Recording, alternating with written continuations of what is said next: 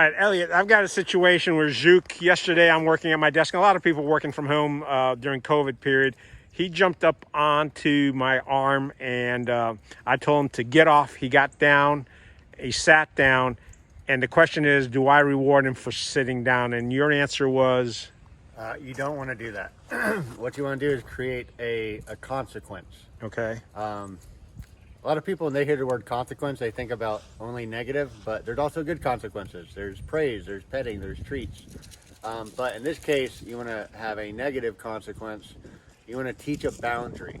So when your dog jumps up, what I would do is take away, push him off, take away the space, get right up in his space, and get him in a sit.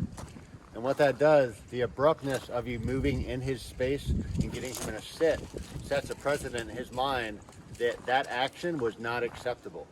And you're reprimanding him by taking away his space abruptly and getting him in a sit.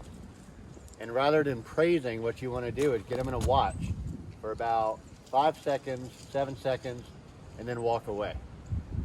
And that's it. And what that does, that correlates action with consequence. Very important. All right, so I'm sitting at my desk in my chair. He jumps up. I tell him to get off. At that point, do I stand up? You don't even need to tell him off if you don't want to.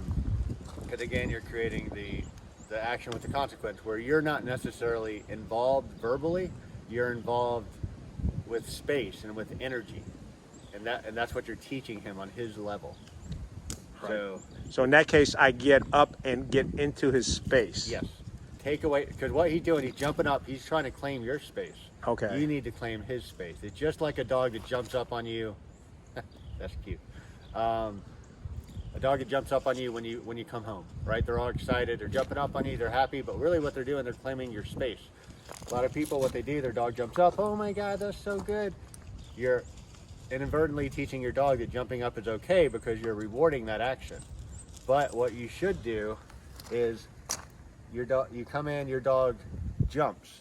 Right. What you need to do is claim that space back. Get him in a sit, get him in a watch for about 5 seconds, 7 seconds, and then walk away.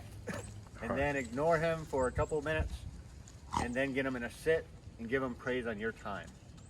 And we've talked about that excitement part, and that's where we've gotten good at our house, that we don't get excited when we come home or come back in and he's been in the kennel. It's kind of like we actually ignore the fact that he's in the kennel until we're ready to open the kennel and interact with him. Is that the right way to interface with him? Yeah, because you're controlling the energy of the moment. Your dog's not going to be able to differentiate jumping up on you versus jumping up on a guest versus jumping up on your kids. You have to be the one to set that boundary in their head. They're not going to know, oh, I can't jump up on mom and dad, but it's okay to jump up on the kid. Or they're not going to learn that it's okay to jump up on mom and dad, and then it's okay to jump up on other guests. Because you didn't set that boundary yourself. How is your dog going to differentiate you from a friend, from your grandma, from your mother, whatever? They're not going to be able to do that. They don't have that capacity. So we're trying to teach a dog that you're the alpha and he's not, or she's not. Not necessarily. You're teaching respect. Oh, okay. You're teaching that, hey, just because I'm in your space doesn't mean I want you to jump on me. Just because I'm coming in the house doesn't mean I want you to jump on me. Instead, I would like you to sit. I would like you to wait. And maybe I would like you to say, maybe you could walk in. You could say, excuse me, and your dog learns to back up and sit. That's totally doable, too. Again, that's taking away their space, saying nothing verbally, taking away their space, backing them up, over to the right or left, whatever, and getting them in a sit. And then, okay, and then walking away. That's all you have to do. You don't really have to use anything verbal. So then just stating get off and not doing anything is really not the way to go about solving the situation. It's getting up off of the chair, getting into his space, having him back up, and having him sit to where he learns respect to, hey, just because I'm sitting at my chair doesn't mean you can jump into my space. Exactly, yeah. I always tell people it's about being proactive, not reactive, because you got to think. Telling your dog no or off or anything like that, that's reactive. And, let's say you're pushing your dog down. Now your dog thinks it's a game. Oh, my owner's playing with me. It's a little tug of war game, right?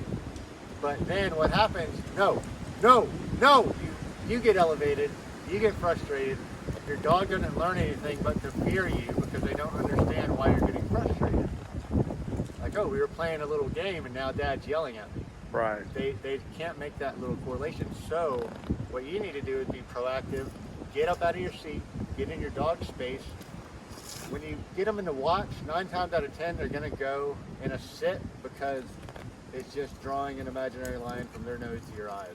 So their head's going to go up, their butt's going to go down just like a seesaw. Got it. But if they don't do that, get a sit, get in their space, get a watch, and then simply walk away. That's how a wolf, mother wolf, or father wolf would correct a cub.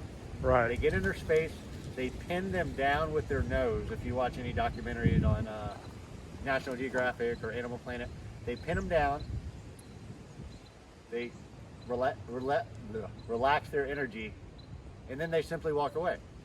And in that little cub's mind, oh, I messed up, I better not do this again because I'm going to get that same response. And it might take a couple times to get through your dog's head, but they're going to learn. All right, well, that's definitely something I'm going to have to try out. Folks, we're going to try that out this week at the Galin household with Juke, and we'll report back next week. Thanks, Elliot. Yeah.